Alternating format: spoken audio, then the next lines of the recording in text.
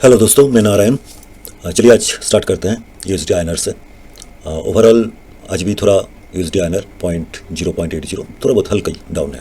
तो ये जितना जल्दी डाउन होगा उतना हमारे लिए बेहतर, इंडियन इकोनॉमी के लिए बेहतर। ये तो मैं बार बार कहते आ रहा हूँ। चलिए उसके बाद हम लोग देख लेते हैं नेल्सन रेट।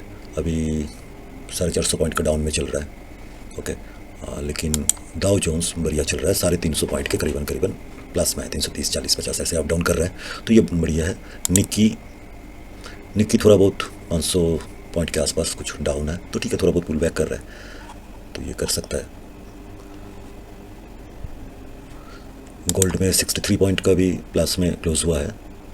बीटीसी 725 पॉइंट का डाउन में है, ठीक है। सिल्वर थोड़ा सा ज़्यादा 1724 पॉइंट का, मतलब कल इतना उछल हुआ था पिछले 3 दिन से जितना उछल हुआ, तो उस हिसाब से थोड़ा बहुत पुल बैक होना चाहिए। तो 1700 पॉइंट के आसपास का पुल बैक है। ओके। और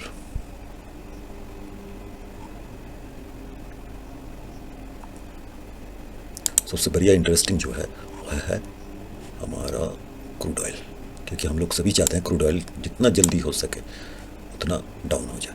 तो 4 पॉइंट के आसपास का कुछ डाउन है, मतलब करीबन करीबन 77 में पहुंच चुका है। अभी आप लोग देख पा रहे हैं, है ना।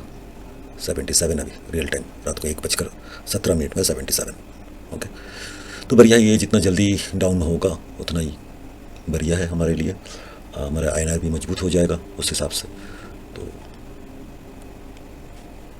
आईएनआर जितना जल्दी मजबूत होगा उतना ही जल्दी हमारा मार्केट भी रिकवर उस हिसाब से करता रहेगा। तो अभी तो मार्केट जो हम लोगों का पॉजिटिव है, वो तो आप जानते हैं किस कारण में है, कैसे है, तो हम लोग डिस्कस करेंगे धीरे धीरे उसको भी।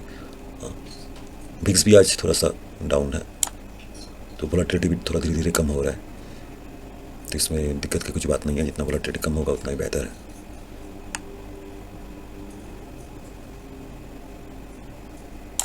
और यूएस डॉलर को भी तो हम लोग देख लिया है।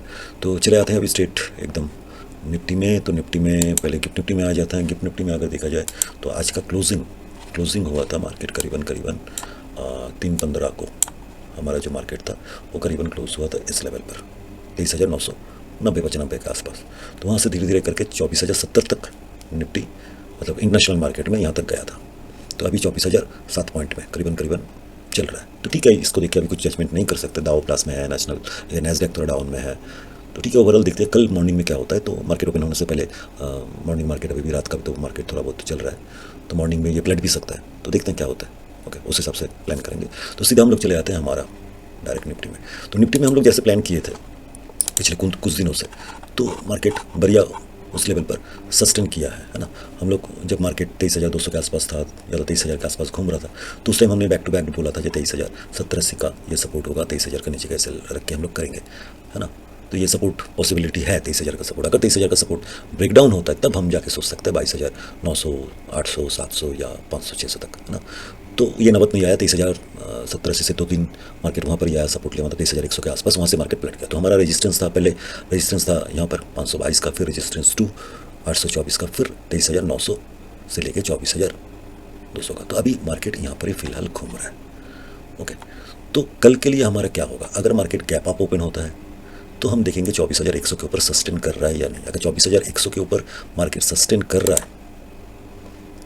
तो हम यहाँ से कुछ पुल बैक अगर कर रहा है मार्केट, तो वहाँ से हम लोग कोशिश करेंगे आसपास से, अगर मार्केट 24,300 का टारगेट लेके या 400 का टारगेट लेके हम बैठ सकते हैं यहाँ पर। ओके, ये गैप ऑप्शन में।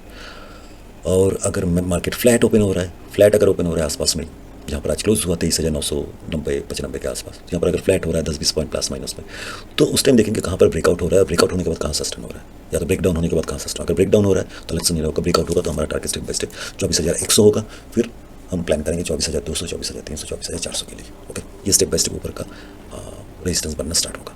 अगर मार्केट गैप डाउन होने के बाद, अगर गैप डाउन होता है तो हमारा फर्स्ट सपोर्ट होगा 23,900 का। ओके, फिर हमारा सपोर्ट होगा 23,800 का कल के लिए। ये मेरे हिसाब से यहाँ पर बन सकता है 23,900 के आसपास, और सेकंड सपोर्ट बन सकता है 23,700 70-80 के आसपास। ये मेरे लिए दो सपोर्ट जोन होगा। अगर मुझे यहाँ पर कोई प्राइस एक्शन में दिखा तो हम यहाँ से रिवर्स रेट ले सकते हैं ऊपर की तरफ, और ये अगर ब्रेकडाउन हो गया तो हम यहाँ पर कोशिश करेंगे यहाँ का प्राइस एक्शन समझ के यहाँ से। तो सपोर्ट जोन कहाँ हुआ, पहले तो कल के लिए 23,900, फिर 23,800, ये मुझे दिख रहा है। और मार्केट जैसे आज क्लोज हुआ, फ्लैट मार्केट क्लोज हुआ, तो मार्केट में तो स्ट्रेंथ लग रहा है, और अभी 24,100 के ऊपर सस्टेन करना ज़रूरी है। कर गया तो धीरे धीरे करके 24,200, फिर 24,300, 400 तक अभी के लिए, मतलब कल के लिए ये होगा अपर साइड में रेजिस्टेंस लेवल। तो देखते हैं कल क्या होता है। तो ठीक है, केयरफुली ट्रेड करिए, प्लान करिए, प्रॉपर मनी मैनेजमेंट के साथ, प्रॉपर रिस्क मैनेजमेंट के साथ प्लान करके फिर आगे बढ़िए।